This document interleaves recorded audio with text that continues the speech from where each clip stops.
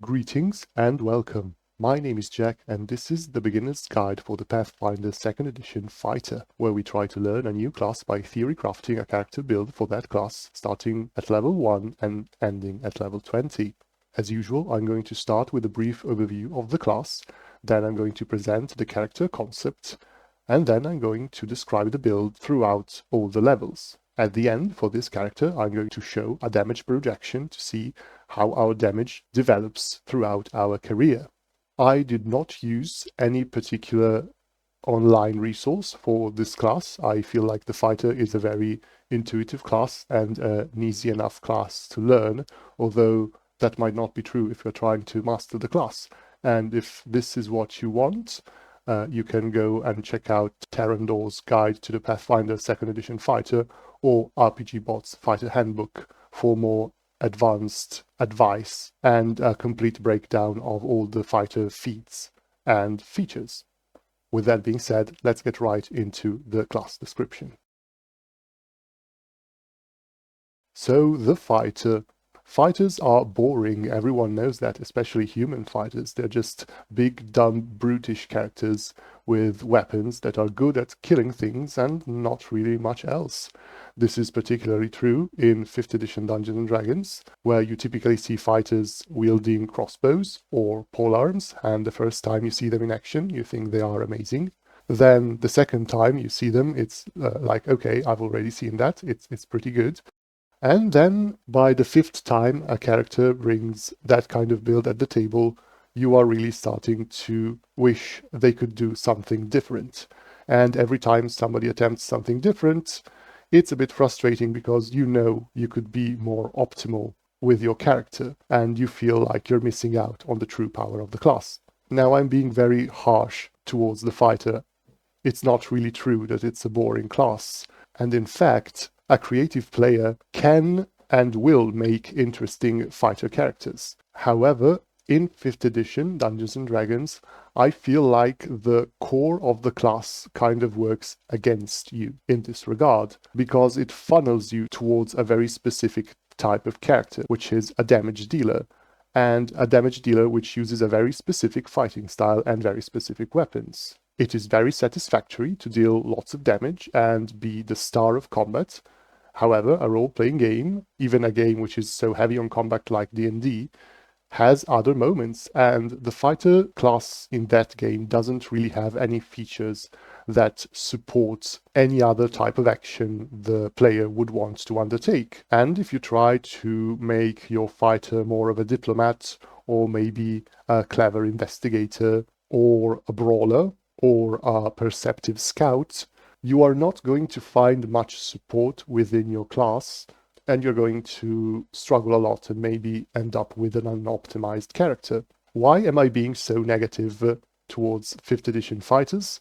I do not really hate the fighter class in 5th edition. In fact, I think it's a very fun class to play, but I'm being so negative right now because I think that actually in Pathfinder 2nd edition, the fighter is, thus far, the best designed class I have seen. And in order to explain why I think that, I wanted to open up with all the flaws that a conventional fighter usually has. And I would say these flaws are how narrow the different types of activities a fighter can engage in are, and how little flexibility and versatility they have compared, for example, with spellcasters. It's not that they are weaker per se than spellcaster, it's just that they are way less flexible, and it's easier to have fun as a wizard or a sorcerer or a cleric than it is as a weapon user. So how is it that Pathfinder solves these issues? Well, let's take a look at what the fighter gets. Right at level 1, they get Attack of Opportunity. Now, characters don't have Attack of Opportunity by default in Pathfinder. They can get it through class feats, which usually unlock between level 4 and 6 for marshals. But the fighter just has that as a built-in class feature for free right at level 1. They also get the shield block reaction, so they are better at using shields than other classes. The rest is standard for a martial character, so they have 10 hit die. They're trained in armor, all types of armor, including heavy armor. But the real gem in the fighter class is the proficiency in weapons. Fighters are the only martial class in the core rulebook. I don't know if there are other classes that have this, but in the core rulebook, they are the only one that get expert proficiency in weapon attacks. So this effectively means that unlike any other martials, they have a +2 to hit. This isn't just a low-level feature. Every time martials increase their weapon proficiency, so does the fighter. So the fighter is always 2 steps ahead with a +2 bonus in terms of their attack bonus. And this is it. This is basically all the fighter gets. They also get some advantages in dealing with the frightened conditions, but they don't have any subclasses or specialization. So what the fighter is it is a blank slate. It is a white canvas that asks the player, paint whatever you want into this class, and the class will support it.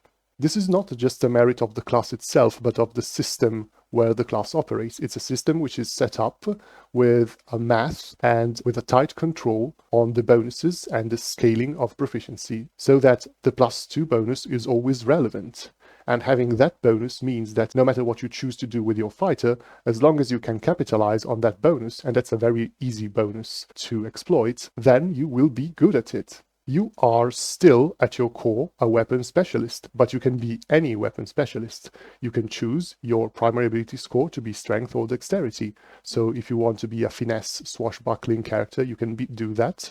You can be an archer, or you can be a dual weapon wielder, you can be a 2-weapon brawler, you can be an unarmed fighter, you can be a sword and board fighter, and this is before we take into account the flexibility that archetypes allow you. So maybe you don't want to take many class feats at all, maybe you want to specialize in a spellcasting character. Pick any character from a fantasy series you like, and you can make that character using the fighter template, and you're going to be a good character.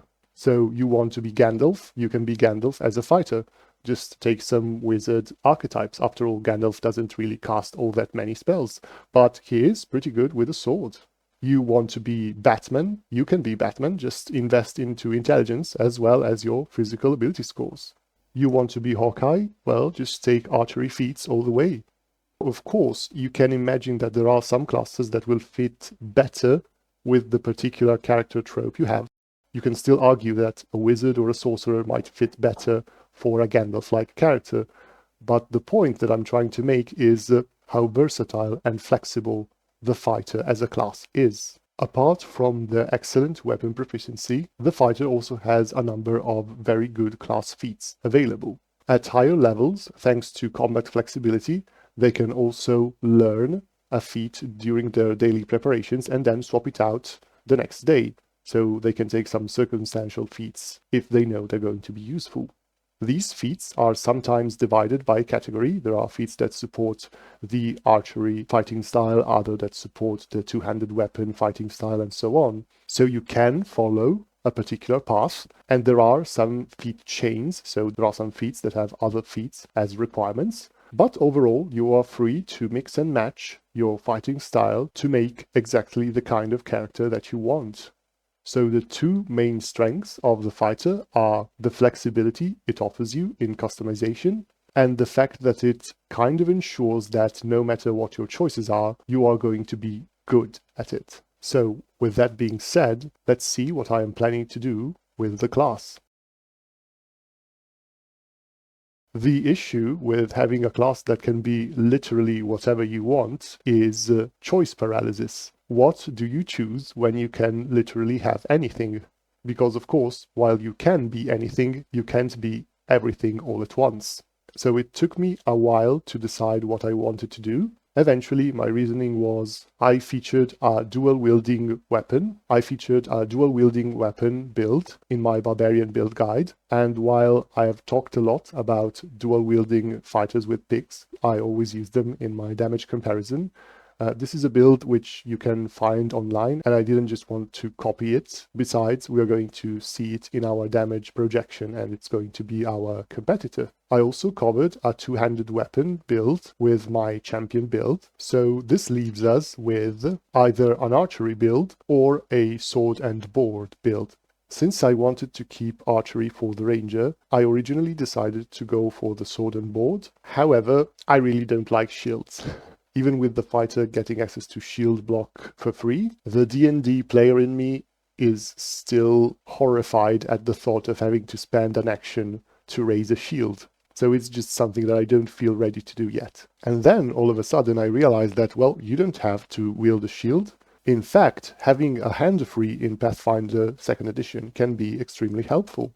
So what if I make a control fighter that uses grapple actions? And so I decided to make actually a brawler, a fighter who specializes in unarmed combat and gets right into the thick of it, punching people, grappling them, wrestling them, so both dealing damage and taking away enemy actions. We already saw with the champion that usually choosing control means losing damage. So what I'm curious to see right now is if the basic class of the fighter, which is already very damage oriented, I want to see how much it's going to suffer from a more control heavy type of build, especially when compared with the dual wielding pick user fighter. So this is what we're going to do, a grapple build. Why would we want to grapple people? Well, grabbed is a condition which we can inflict, and we will try to inflict with this build, and it gives the flat-footed and immobilized condition. So these are both two very beneficial bonuses. Flat-footed gives us a better, more reliable chance to hit the enemy, lowering their armor class, and it improves the effectiveness of the entire party targeting that enemy. Also, if the enemy is immobilized, they will not be able to reach our allies, which are maybe more squishy, so this is both useful offensively and defensively. Moreover, if the enemy is attempting a manipulate action while we have them grabbed, they must succeed a DC 5 flat check or lose the manipulate action, and spells with somatic components or have the manipulate tag. So this is particularly useful against spellcasters. The best thing about the grab condition is actually hidden, and is the fact that if you want to get rid of the grabbed condition, you can do that by using the escape action. So this is a check which either use acrobatics, athletics, or your unarmed attack modifier, depending on which is higher, against our athletics DC. It is one action, and even assuming that the enemy succeeds at this action, which is probably likely, especially if we are facing powerful boss enemies, they waste one action doing that, and this action has the attack tag. This means that this contributes to their multiple attack penalty, so they have one less action and a -5 to their next strike. This is an incredibly potent debuff. So just by being able to do this in combat, we already become pretty competent debuffers. Let's see what else the class... But the class just builds on this feature, and this is what we're trying to do with the build. So let's not waste any more time and get to the character build itself. Alright, at level 1, the first thing we need to ask ourselves is what do we want from our ancestry? Since we are going to be a brawler, one of the big issues about grappling is size. We can only grapple creatures that are up to one size larger than us, so we want to be as large as possible. Now, there are no ancestries which give you a large size. However, there are ancestries that allow you to enlarge yourself eventually. And among these, I'm going to choose the automaton. Basically, we are constructs. They have a number of amazing ancestry feats, as we will see, that greatly enhance our ability to fight unarmed. For the background, it's a matter of what kind of skill feats we are going to pursue. The fighter in general can choose any mental ability score to keep high. For this character, I think I'm going to invest heavily into wisdom for will saving throws, which are our worst, and also for initiative. So being good in medicine seems like a good idea. As such, we're going to choose field medic in order to get the battle medicine feat right at level 1. Again, background choices are very flexible, so you can pick whatever you like. For our ability scores, we want maxed out strength, and then we want high wisdom and high constitution. So we are going to use our free ancestry boost. For wisdom, the background gives us constitution, so when we allocate the free boost, we start with 14 in both wisdom and constitution. The final boost I will put into dexterity, so to increase our armor class at level 1. Our class gives us the choice between acrobatics and athletics, so surely athletics for us is essential. But I think I'm going to pick the other one with my free skills. We can also choose 2 other skills. We already have medicine, and really here you can pick your favorite skills. Eventually, I think I'm going to try and invest a bit into charisma as well with this character, so I will take a bunch of charisma skills. so that I can participate in out-of-combat activities as well. But if you want to be a knowledgeable fighter and invest into occultism or maybe crafting to repair your shield, these are all valid options. We can choose a heritage, and I'm going to pick the Hunter Automaton. Now, the Warrior Automaton improves the damage of our fist and gives us the ability to deal lethal damage with our unarmed attacks. However, these abilities will soon become redundant. So instead, I pick the Hunter Automaton. We are eventually going to have our hands free, so this basically gives us a speed of 30 when we move on all fours, which is kind of funny to think of. This is not something we are going to be able to take advantage right now, but eventually we will. For our ancestry feat, we can take Automaton Armament. This gives us an unarmed attack, and in particular we are interested in the Pincer, which is a 1d6 piercing weapon, which belongs to the brawling group and has the grapple and unarmed traits. The grapple trait in particular allows us to use the item bonus of the weapon and apply it to our athletics checks. This means that eventually, once we have the magical hand rips of mighty blows, we will be able to apply the item bonus to our brawling attempts using our pincer. However, for level 1, we can do better damage-wise for the weapon, and I think the best choice is the Bastard Sword. This allows us to use it as a long sword, so use it one-handed and keep one hand free for our grapple actions and other things. And if we want to deal more damage for whatever reason, we can wield it two-handed and deal 1d12 damage, which is the most damage we can possibly deal with a weapon at this level. So I would start with a Bastard Sword, and I would also start with Chainmail, which is relatively cheap and allows me to take all other adventurous stuff that I would want at first level and still gives me a pretty decent armor class of 18. Now we could start with a shield, but we do want to keep one hand free because for our class feat we are going to take Snagging Strike.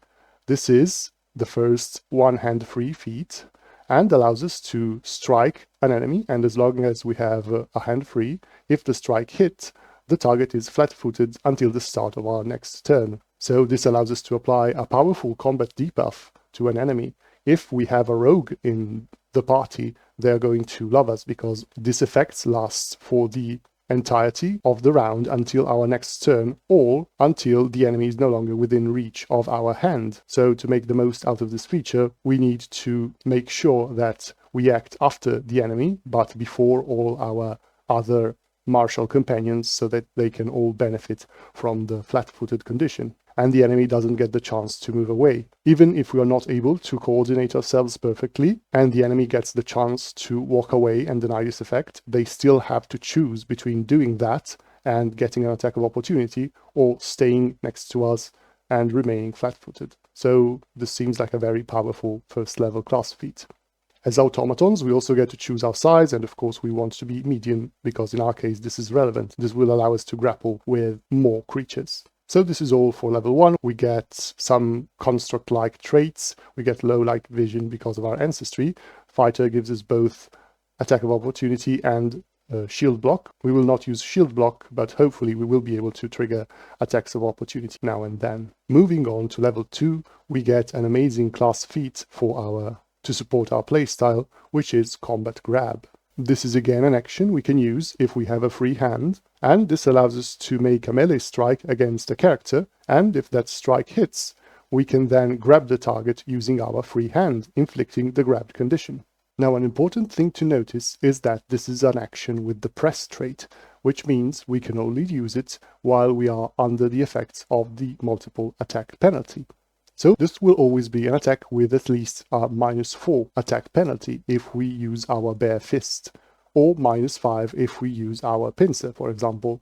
So why would we want to do this? Well, the reason is when we grapple, what we usually do is we make an athletics check against the fortitude DC of an enemy. The fortitude DC is their saving throw plus 10. If we look on the archives of Nethys, what the saving throw of an enemy might be, and we focus on the high column, for example, we see that it starts at a +9 at level 0, and then goes up each level, usually by 1, sometimes by 2.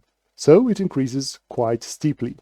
So at level 0, for a level 0 enemy, their fortitude DC, if their fortitude save is high, will be 19, then 20, 21, 22, 24 at level 4, and so on. But what if we target their armor class instead? Well, a level 0 enemy with a high armor class has a 16 armor class, so they are easier to hit. Also, because we are doing strikes and not ability checks, we can benefit from our increased expertise as a fighter, that +2 bonus. We can also apply item bonuses. So in a way, it's as if we were targeting a lower save, in particular a save which is usually a couple of points lower. This is the reason why the combat grab has the press trait, I suppose. If it didn't, then our modifier would be too high and we would basically apply the grab condition in a guaranteed way. Still, as a second action, it looks like a very good and reliable way to apply the grab condition. Of course, if you're facing an enemy that has a high armor class but a low fortitude save for some reason, then you might be better served using the athletics actions instead. Indeed, our athletics modifier will be pretty high because we are going to take, for our free archetype, the wrestler dedication. This will give us expert proficiency in athletics, the ability to use our unarmed attacks as lethal weapons without taking any penalties, and a nice bonus to fortitude saves when resisting attempts to grapple or swallow us. It also gives us Titan Wrestler as a free feat. This increases the difference between us and the enemy, size-wise, for the purpose of athletics actions, including grapple. So now we can do all these things like disarm, grapple, shove, and so on creatures up to 2 sizes larger than us. And once we get to legendary in athletics, it will be 3 sizes larger. Since the largest size in the game is gargantuan, which is 2 steps higher than large, we will eventually be able to grapple gargantuan creatures as soon as we get the ability to enlarge ourselves. At level 2, we also get to choose a skill feat. At this low level, when we don't yet have the prerequisites to unlock higher tier skill feats, I usually think taking assurance is a good idea. We could go with assurance in athletics to use our grapples, for example, to use a third action to grapple and not suffer from too big penalty. But since we are going to invest in medicine, I think eventually guaranteeing the success of medicine actions is very important, so I'm going to take assurance in medicine instead. Speaking of medicine, it's level 3 and we get a skill increase. We already are expert in athletics thanks to the wrestler dedication, so we can increase medicine up to expert proficiency. We get a general feat, and here I always take incredible initiative because going first in combat is always good. We also get the fighter bravery, which improves our resistance against fear effects. At level 4, I'm going to use both my class feat and my free archetype feat for the wrestler archetype. I get another action, which is suplex. This is an action we can use once we have a creature grabbed. We can flex our entire body, make a strike against the creature and slam it on the ground. This will make the creature prone and, on a critical success, apply a little bit extra damage. This also immediately releases our grip on the creature, so it's not something we want to do the first turn we grab a creature. This is something that I would do on subsequent turns if the creature does not escape our grasp. So I would open up with a regular strike. I would then combat grab the creature and do something else with my third action. Maybe I would try to intimidate, maybe I have to move. Realistically, I probably have had to stride towards the creature to reach it. Maybe I stepped to put myself in flanking position. So I think my combat routine might be on the first turn something like a stride to get next to a creature, then a snagging strike to make them flat-footed, and a combat grab to grab them. On the next turn, if the creature is still grabbed and has not freed themselves, we can use a suplex immediately to slam them on the ground. This would make them prone, and then follow up with another combat grab to grab them again. In both these instances, we are using combat grab when the creature is flat-footed, thus minimizing the impact of the press trait on combat grab. It is also noteworthy to point out that if a creature is grabbed, they are immobilized, which means they cannot use actions with the move tag, and standing up is one of those actions. So if this routine goes through and we manage to knock down a creature and grab them, then that creature can choose to keep attacking us while being prone, which would inflict a -2 penalty to all their attack rolls, or try to escape, which would require them first escape our grapple, which already inflicts a -5 multiple attack penalties to any subsequent strike, and then using another action to stand up. So that's 2 of the 3 actions wasted just to get free. And it's not guaranteed, by the way. They might even fail while doing that.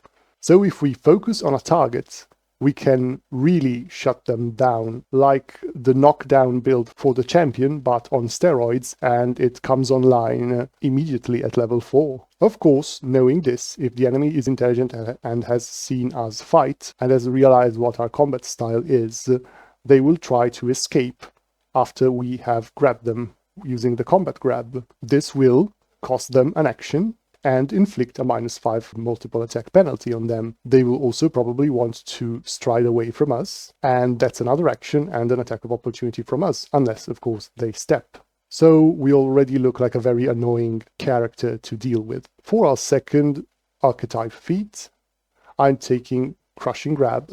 It's a little bonus to our damage. We can add our strength modifier to the damage we inflict. Whenever we grapple a creature, we can deal a bit of bludgeoning damage equal to our strength modifier. It's not that much, but it's always on, and it always triggers, so it looks decent enough. We get a skill feat, and since we are a medicine character, we will take continual recovery in order to be able to use our treat wounds more often. At level 5, we get another skill increase, and here I'm going to choose Intimidation. I think Intimidation, as always, has a number of amazing feats. Right now, our Charisma is garbage, but what I'm planning to do is, right now, I'm probably wearing heavy armor, so I don't need Dexterity anymore, so I can just put all my ability boosts in Charisma instead, and eventually I'm going to reach 18 Charisma and be half decent in social situations, and I might as well try to demoralize enemies now and again. We get an Ancestry feat, and I'm going to take Arcane Eye. This will give us Dark Vision. We also get our Weapon Mastery. Other martial characters have become expert in their weapons. We become Master. The drawback is that we have to choose a weapon group, and here we will have to choose the Brawling weapon group to keep a high bonus with our unarmed attacks. We could go with the Sword group, keep using our Bastard Sword, which has probably a magic rune right now, and then eventually respec out of the Sword group into the Brawling group, because right now we could use our Pincer, but our Pincer is 1d6 instead of 1d8. However, I don't think the difference in damage is that significant. Eventually our Pincer will get up to 1d8, so I'll just keep Brawling to begin with, and assume we got our magical runes not on the Sword, which we will abandon now, but instead on the hand reps of Mighty Blow to enhance our unarmed attacks. This is also where we can start to use our improved speed thanks to the Hunter Automaton heritage. So right now we are this very scary robot which just rushes against you while walking on all fours and then grapples you. Truly the stuff of nightmares. At level 6 we get a very powerful feat to support our grapple build. And that feat is Dazing Blow. This again has the press tag, so it's something we can use if we, for example, decide to open up our turn with a grapple action, grabbing a creature. And what this action does is it allows us to strike the enemy, so this is a second strike, and the enemy must then attempt a Fortitude saving throw against our class DC, and if they fail, they are stunned 2. If they succeed, they are stunned 1. This feat would be completely broken if it didn't have the incapacitation effect, which means that enemies that have a higher level than us are going to treat their degree of success 1 degree higher. Still, we can combine Dazing Blow with our ability to knock down creatures with Suplex and absolutely steal away actions from creatures. We can completely shut down enemies if the stars align. So this looks like the ultimate control ability. We get another 3 archetype feat. There is a lot available still in the Wrestler archetype, but they are all side grades. They are alternative actions we could use, and I think that between Dazing Blow and Combat Grab, we have 2 very powerful options for our second attack, and we have good options for our first attack in the form of Snagging Strike and Suplex. So what I'm going to take instead is a new archetype, and the Barbarian dedication just fits perfectly with what we're trying to do. Immediately we gain access to the rage action, which is something we could do at the start of combat to gain a little bit extra damage on all our attacks. We also have to choose an instinct. Since we are not going to be using weapons, Giant Instinct is not a good option. We could go for the Animal Instinct and eventually gain the ability to gain better unarmed attacks, but our unarmed attacks are decent enough. So instead I'm going to take the Dragon Instinct, which adds a bit more damage eventually, and gives us access to some very powerful feats. The type of damage we add depends on our choice of dragon. Among the choices the core rulebook offers you, I think cold damage is decent enough. I'm avoiding fire because I know it's heavily resisted, although there are many enemies with vulnerability to fire, so you can go fire if you want to.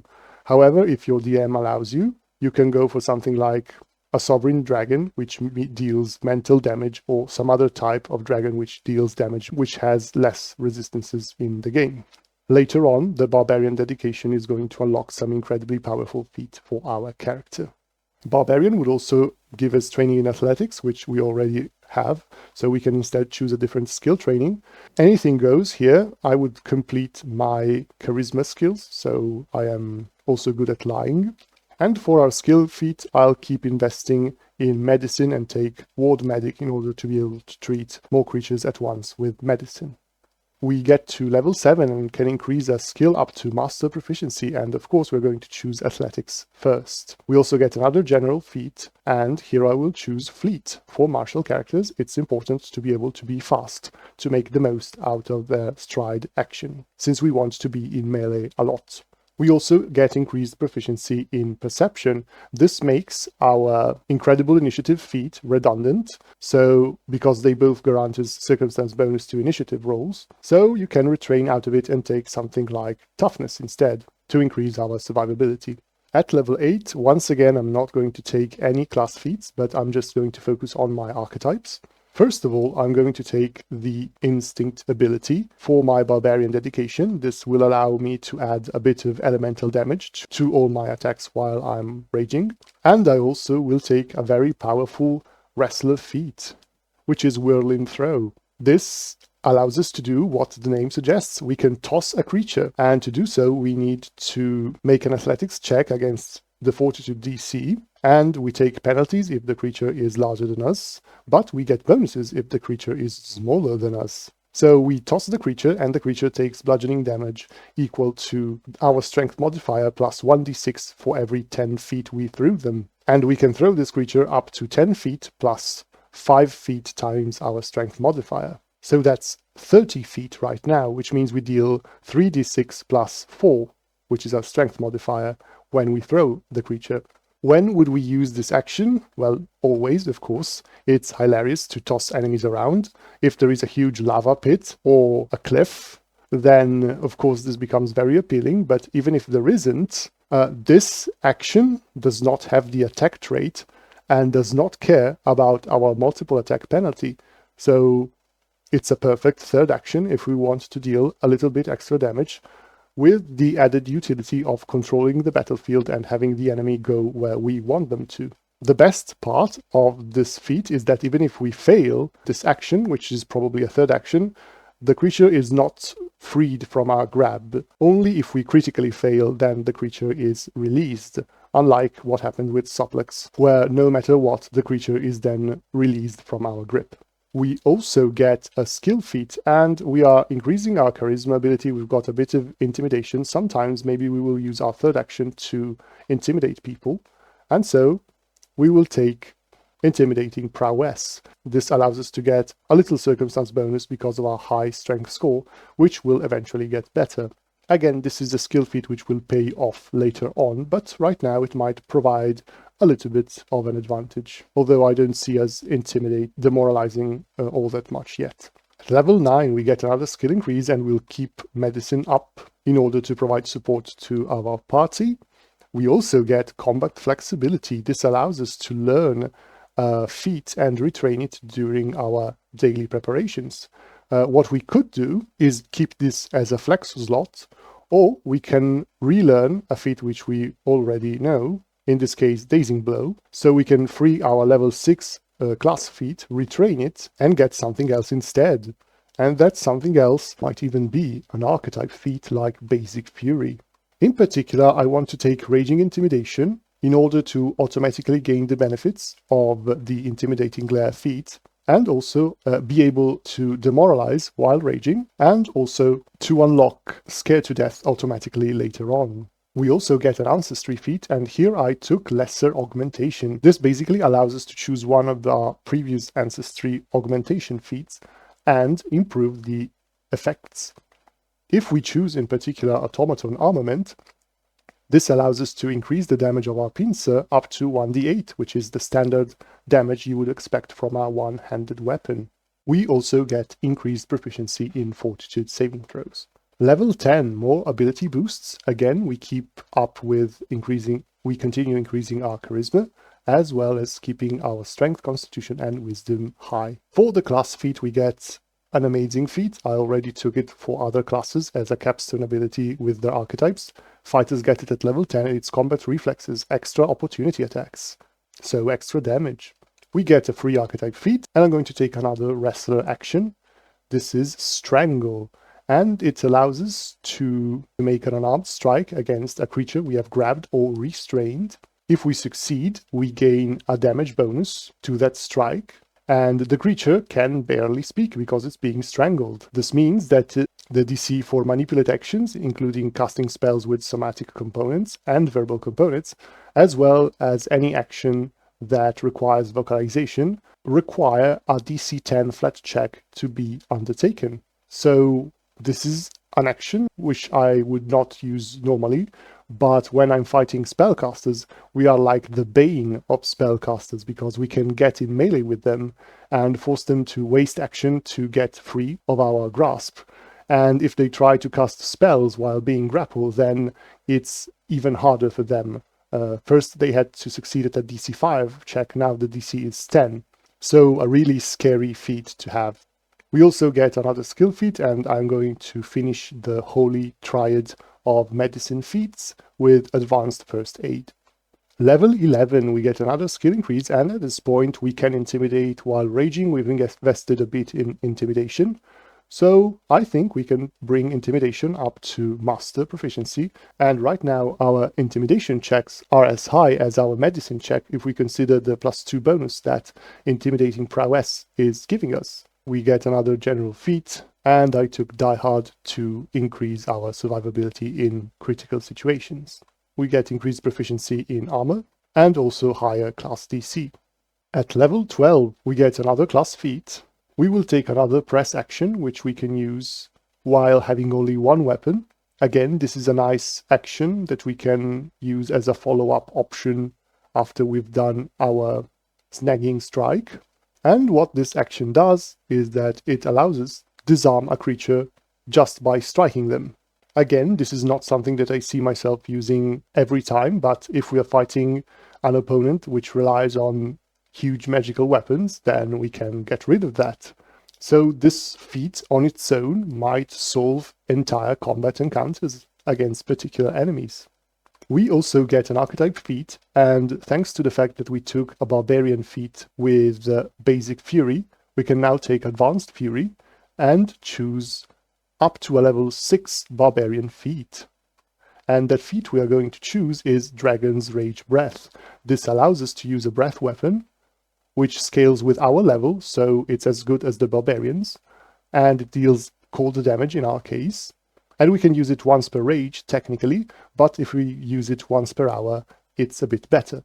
So fighters, martials in general, don't have many AoE ability. Now we have one. It's not as good as leveled spells, but it can contribute. We also get a skill feat, and I feel that now we can start investing a bit into the intimidation feat chain. In particular, since our intimidation is getting decent, Battle Cry is a free action that might demoralize enemies. If enemies are frightened, it will be easier for us to do all the nasty control things that this build is capable of.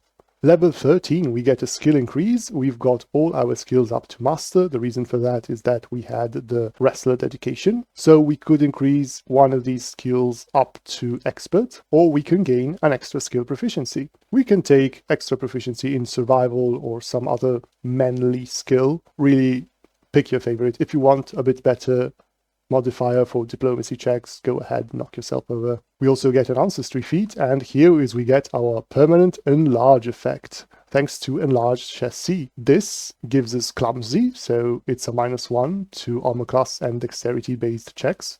But we are larger. We gain basically the effects of the enlarge spell constantly. Hopefully we don't get stuck in corridors and small doors. But we've got high athletics. I guess we can just break them down if they become too annoying. We also get legendary proficiency in a weapon group, and we are going to keep brawling group at this point. We are heavily invested into it. Level 14, it's time to get some more archetype feats. Again, we will use both our class and archetype feats for archetypes, and we can get inescapable grasp. This means that, remember those spellcasters we were mentioning that were basically doomed if we were able to get our hands on them? Well, now if they want to use magic to escape our grasp, they need to pass a DC 15 flat check or lose the spell. And effects like freedom of movement are subject to the same penalty. So there's no getting away from us. We can also get more barbarian feats, and another excellent level 6 barbarian feat, which we could have gotten a couple of levels ago, is brutal volley. Every time we use an athletic action, including grapple, we deal extra bludgeoning damage equal to our strength modifier. A nice, neat damage increase. We also get more intimidation feats. We get terrified retreat to make enemies flee from us, triggering opportunity attacks potentially. And we get to level 15. We increase the same abilities, strength, constitution, wisdom, and charisma, which is now up to 16. The other are all odd scores, so our modifiers remain the same. We get our first legendary skill increase, and there is no doubt that it's going to go in athletics. We could go intimidation for the scared to death, but athletics is what we do, and we want legendary as soon as possible. We get improved flexibility. I would keep this as a flex slot. However, in those days where I don't know what to prepare, I think a very good option now is Fearsome Brute. We gain circumstance bonus to damage against frightened creatures, and this bonus is equal to twice their frightened value. We can intimidate ourselves. We're not the best in the world. We're not the worst in the world. As I think should be evident if you've watched other of my videos, intimidation is a very powerful skill to have. I would assume many party members to have the ability to demoralize opponents, so this seems like a pretty reliable damage buff. And actually, since we have master proficiency in intimidation, we get 3 times the target's frightened value added to our strikes against these frightened creatures. We also get a general feat, and you can take whatever you want here, but in 2 levels time, Canny Acumen is going to become active, so I'm going to take it now instead of retraining it. I don't think there are many other general feats that you can take at this point, so Canny Acumen in Will is good enough. Right now it does nothing. At level 17, it will increase our will proficiency save to master. Speaking of saving throw proficiencies, our proficiency in reflex saving throw has increased. We get more damage with our weapons, 8 extra damage thanks to our legendary proficiency in weapons, and we already covered improved flexibility. Level 16, more class feats, more wrestler feats. Spinebreaker is a way of applying the clumsy condition to a target. This further decreases the armor class, stacks with flat-footed, and can make critical hits more likely, including our critical hits. Something that I didn't mention is that we unlocked, of course, the critical specialization effect for our weapon group, which is the brawling weapon group. And the critical specialization effect for that is that it forces the enemy to make a fortitude saving throw, and if they fail, are slowed 1. Again, this is not something that will always trigger, but we are fighters, we are better at critting other creatures, and yes, fortitude saving throws are not good saving throws to target, but the relative unreliability of this specialization effect is compensated by how devastating the effect is when it triggers.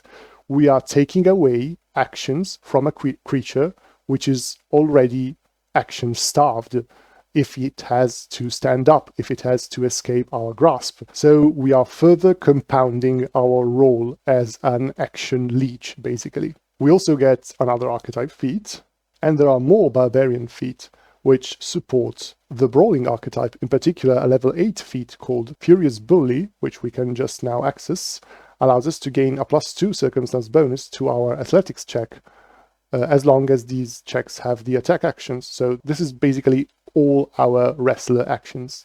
We also get another skill feat. We could take the legendary athletics skill feat, which is Cloud Jump.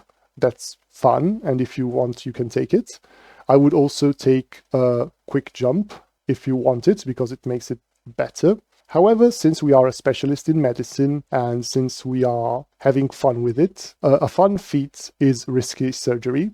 This allows us to inflict damage to a creature, but get critical success if we succeed at the medicine check. This, combined with Assurance, allows us to treat creatures to heal a lot of hit points if we can guarantee the success of the medicine check.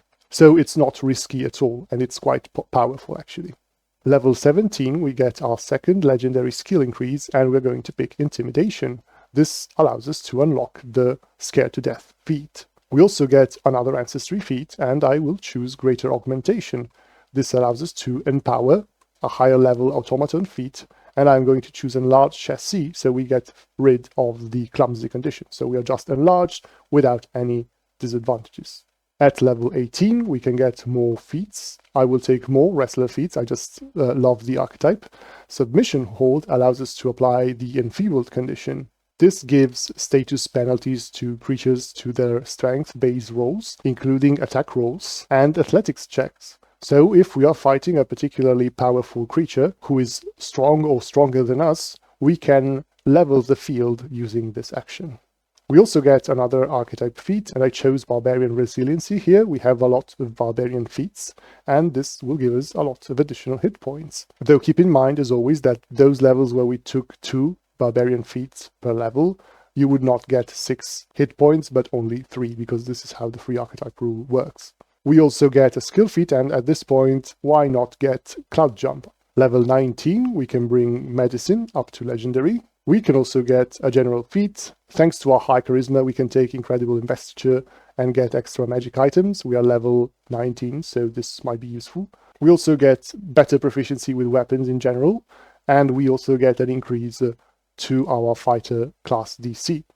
And finally, we get to level 20. We finish increasing our ability scores. We get 20 in Constitution and Wisdom, 22 in Strength, and 18 in Charisma. Our capstone ability is an amazing feat, which is Boundless Reprisals. At the start of the turn of every creature, we gain a reaction we can use to make an opportunity attack against that creature. If that creature is an enemy, of course. It doesn't work on our allies. We also get a free archetype feat. Here I took another barbarian feat because of the extra hit points, but there is also the possibility to gain a useful reaction. Since we just gained infinite reactions, we can use the feat to gain an extra reaction, and that reaction is Wounded Rage. This allows us to enter rage after we take damage, and this can be nice. For our action economy, we can decide not to rage on the first turn and instead wait to take some damage to save some actions. And for our final skill feat, we will take Legendary Medic because we can. And that concludes our build. Now, there are a lot of things I want to say about this build, but the most important thing to evaluate, since we are a damage dealing class, is how effective we are at what is considered the primary aspect of our class while being a controller. So I will wait for my final evaluation of the build and go straight to the damage projection to see how we are doing. Damage projection. As always, our assumptions are we are facing enemies of a high armor class. We have a combat routine. In this case, our combat routine is Snagging Strike for our first action, and our second action is Combat Grab. This leaves with a potential third action to move around or do other things. And this is what our damage looks like. As always, we are comparing ourselves with the double slicing fighter, who is dual wielding picks. And I also added our bad champion build in their damage mode. So our bad champion had a control mode, which was knockdown, which dealt terrible damage. And they also had the possibility to just do 2 regular strikes with their polearm weapon, and this would deal more damage. And here we see that our damage routine, which is not really a damage-oriented routine, because it aims at applying conditions to the enemy rather than just dealing damage, is better than the control champion, and still worse, as you would expect, than the best damage-dealing build in the game.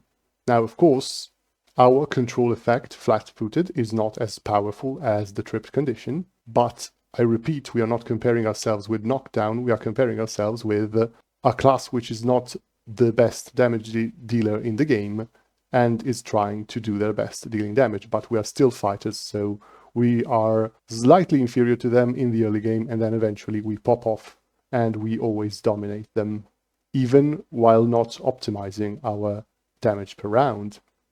One thing that hinders us a bit damage-wise is the fact that we choose a D8 weapon and we are forced to use it because we cannot deal more damage than that and still have a hand free. I have assumed that throughout our character development we are always able to have access to a D8 weapon, whether it is by using swords in the beginning of the build and then switching to our claw once it has upgraded to the D8 damage, and specializing at first in swords and then changing our specialization, retraining it as we level up. I think it's reasonable to assume that throughout our career we will always have access to a D8 weapon. Another thing is that since we're using the brawling specialization group, our critical effect does not deal extra damage. So this is another reason why we lose heavily when compared with the double slicing fighter, whose crits hurt a lot because of the fatal trait and because of the pick critical specialization. But while our critical effect doesn't influence in any way the damage and so doesn't appear in this chart, we should not forget that it has the chance of applying the slowed effect. It can be resisted, it targets the fortitude saving throws, but enemies are going to roll ones eventually, and so the lower likelihood of this effect occurring is heavily compensated by how powerful this is. There is another aspect of this build that I wanted to show, and that is how whirling throw affects our damage. So if we add the possibility to use whirling throw, if we succeed on our combat grab, and we add the damage that whirling throw brings, what we see is that all of a sudden we become the best damage dealing build in the game. Look at that, we are better than the fighter almost throughout our career once we get the throw. Of course, this is a very unfair comparison. After all, we are comparing a 3-action routine with a 2-action routine, so of course we're dealing more damage. To be more fair, we should add a 3rd action to both these builds and see how the results look.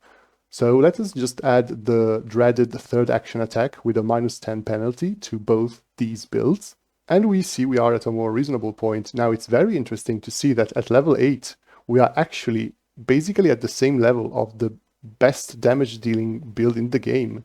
And then we still lag behind because our critical effects are just worse, damage-wise, and we are still ahead of the damage that the champion can deal with their attacks. So initially, whirling throw was very beneficial, and then it brought us a little bit closer to the fighter, though not really by that much. Again, this projection at the low levels, and really at any levels, is a bit generous, because while the fighter can always double slice, inherently the fact that we are using whirling throw means that we are moving the enemy away from us, so the following round we will not be able to do this again. So the fighter routine, double slice plus 3rd strike, is something that seems like would occur more often and more easily than our routine strike, grab, throw. On the flip side of thing, throwing people around is certainly more fun than doing a 3rd strike with a -10 penalty. Even from a psychological point of view, attacking with a -10 penalty feels terrible. Tossing enemies around feels great. And it has this hidden potential that it's impossible to plot in a graph, which is tossing people off high cliffs and adding even more fall damage, or potentially even sending them to a horrible death.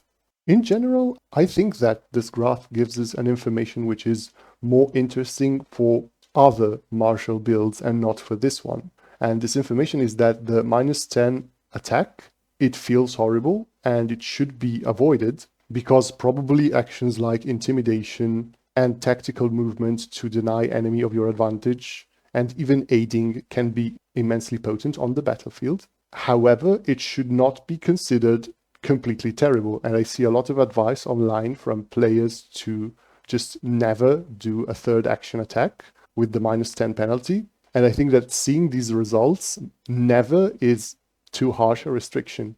You should certainly try to avoid it. You should certainly try and have different option available. And the third strike shouldn't be your go-to option. But there is a reason and there is a benefit to doing third action strikes. And we can see it here. And actually we saw it very well in the previous graph, where just having available an option for a third action to deal damage made us incredibly competitive damage-wise. So if the double slicing fighter is too timid with the third action and never thinks of using it to deal damage, we gain this advantage of actually doing more damage than they do, because we are using all three our actions for damage. So having evaluated how our damage looks like throughout our character progression, we can finally move to the final thoughts for the class and the build. In this video, I didn't even try to hide my bias towards the fighter and how well I think it's designed as a class, and I open up with it in the class overview. I am so in love with this class that I couldn't help myself and I couldn't keep the positive remarks just for the end. And I hope that with this character build I was able to demonstrate why I think the fighter is so good. It's not just a fact that the mechanics are powerful, but it's a matter of how well these mechanics support player agency and player creativity. In our case, our attempt of making a brawler build ended up working very well because the +2 bonus applies to everything we try to do, our strikes and our brawling attempts, which sometimes are usually the same thanks to the amazing fighter feats. We saw once again that in Pf2E, martial classes can be controllers on the battlefield, although they specialize on single target control rather than AoE. And if they make this choice, they lose damage when compared to other martial that can make a more damage-oriented choice. We saw how versatile the fighter is skill-wise. We saw how easy it is to bring them in any given direction. In our case, we invested heavily into wisdom for initiative and because we also wanted to use a medicine for a bit of out-of-combat support. And we were also able to fit in charisma and intimidation, so we were able to get some of the best skills all in the same character. Are we the best at using these skills in the game? Absolutely not. Can we use them competently enough? I think so. And if that isn't the mark of an amazing class, I don't know what is. The last remark I want to make is an optimization remark. While exploring the fighter feats, the feats that stood out in their line are the feats that support the polearm archetype. I think you can have an incredibly powerful fighter if you try to build them as we built our champion. So a fighter that uses reach and trip attempts with knockdown and the other feats that also appear in the Mauler archetype. And in fact, if I had to go back in time now that I've gained this additional knowledge, I would argue that the wrestler archetype is potentially more appealing to a champion if you want to build a control champion. So an evil champion who is also a wrestler would synergize very well with the fact that they force the enemy to attack them because they grab them and they keep them in combat. And so they can easily trigger the evil reaction, which only happens when enemies attack them instead of their team members. And then you can use blade allies and the other champion characteristics very well with the wrestler. The wrestler archetype is a very powerful archetype and one that really defines a build and gives a lot of feats. And so the champion being so feat starved, I think can get more out of this archetype than the fighter. We had access to combat grab at level 2. Champions do not. On the other hand, fighters get more support for reach feats. We get combat reflexes at level 10. Eventually, at level 20, we get the ability to do infinite opportunities attacks, sort of, one for each enemy, but it's kind of infinite. And of course, this is very potent if coupled with huge reach. The addition of reach that our stances and our feats and our racial feats and perhaps even spell gives us can allow us to cover the entire battlefield with our attack without needing to move very much. And these attacks can deliver potent control effects like knockdown. And then the Mauler archetype would give us the ability to do AoE attacks, which is something that the fighter doesn't inherently get. In our case, getting the Barbarian archetype allowed us to dip a bit into the Dragon instinct and still get a bit of AoE damage. And I would still try and fit in the Barbarian archetype in this hypothetical fighter I'm theory crafting right now, and maybe this time I would go for the Giant instinct for the synergy. So I think that you can make a very powerful control fighter by combining polearm feats and Giant instinct archetype. Overall, there is no doubt that if you have a new player who wants to play a damage dealing or a martial characters, then recommending them the fighter is just a no-brainer. It's a very easy class to learn. It has a lot of potential for optimizer. It offers a lot to people who try and push characters to their optimal levels of efficiency. So it has something to offer to everyone. And it really warms my heart to see a class which is usually as easily dismissed and limited as the fighter class is really shine in Pathfinder 2nd edition. With that being said, this concludes the video. Let me know if you think the power level of this brawler is satisfactory, or maybe fighters should focus more on what they do best, which is murdering things. I thank you all very much for watching, and I'll see you in the next one.